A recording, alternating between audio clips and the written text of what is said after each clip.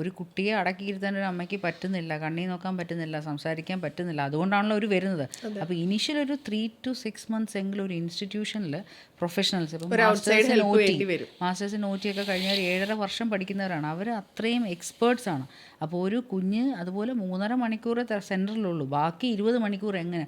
അപ്പോൾ ഒരു 1-to-1 support അവർക്ക് കിട്ടി. അവരൊന്ന് കോൺഫിഡൻ്റ് ആയി. അറ്റ്ലീസ്റ്റ് 3 to 6 months അവർ based on the need of the child confident ആയി കഴിഞ്ഞിട്ട് പിന്നീട് നമുക്ക് വേണമെന്നുണ്ടെങ്കിൽ ഒരു ഹോം ബേസ്ഡ് ഇൻ്റർവെൻഷനിലേക്ക് പോകും. അതിൽ സെൻറ്റർ ചൂസ് ചെയ്യുമ്പോഴും ഭയങ്കരമായിട്ട് ശ്രദ്ധിക്കണം. ഒന്ന്, നിങ്ങൾക്ക് എടുക്കുന്ന തെറപ്പിസ്റ്റ് ക്വാളിഫൈഡ് ആണോ? ഇപ്പം ഒക്യുപ്പേഷണൽ തെറപ്പിസ്റ്റ് ആണെങ്കിൽ അവർ അയോട്ട ലൈസൻസ്, അയോട്ടയുടെ നമ്പർ ഉണ്ടോ, RCA റീഹാബിലിറ്റേഷൻ കൗൺസിൽ ഓഫ് ഇന്ത്യയുടെ അണ്ടറിൽ വരുന്ന സ്പീച്ച് തെറപ്പിസ്റ്റ് ആണോ, പ്രോപ്പർ 4.5 വർഷം പഠിച്ചവരാണോ, അതുപോലെ special educator, similar field experience ഉണ്ടോ, നിങ്ങൾക്ക് തെറാപ്പി കാണാൻ പറ്റുന്നുണ്ടോ, കുട്ടിയുടെ മന്ത്ലി പ്ലാൻസ് നിങ്ങൾക്ക് അറിയാൻ പറ്റുന്നുണ്ടോ, നിങ്ങൾ വീട്ടിൽ ഫേസ് ചെയ്യുന്ന പ്രശ്നങ്ങൾ ഇവിടെ സോൾവ് ചെയ്യുന്നുണ്ടോ, അങ്ങനെ അതായത് കുട്ടിയുടെ ഇടവേളകൾ കുഞ്ഞിന്റെ പുരോഗതി നമുക്ക് പരിശോധിച്ചറിയാൻ കഴിയുന്നുണ്ടോ, എല്ലാ മാസവും ഈ കുഞ്ഞിന്റെ കേസ് ഷീറ്റ് നമ്മൾക്ക് ആക്സസ് കിട്ടുന്നുണ്ടോ, ഇതൊക്കെ വളരെ ക്രൂഷ്യലായിട്ട് ശ്രദ്ധിക്കേണ്ട. അങ്ങനെ നമ്മൾ സെൻറ്റർ ബേസ്ഡ് ഇൻ്റർവെൻഷൻ ഒന്ന് കണ്ടിന്യൂ ചെയ്തു.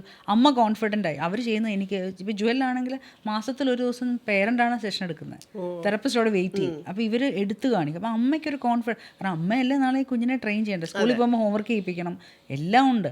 അപ്പോൾ ഇത് കോൺഫിഡൻ്റ് ആയി കഴിഞ്ഞിട്ട് പതുക്കെ അവർക്ക് ഹോം ബേസ്ഡ് ഇൻ്റർവെൻഷനിലേക്ക് മാറാവുന്നതാണ്. മനസ്സിലായി. അപ്പോൾ താങ്ക് യു സോ മച്ച്.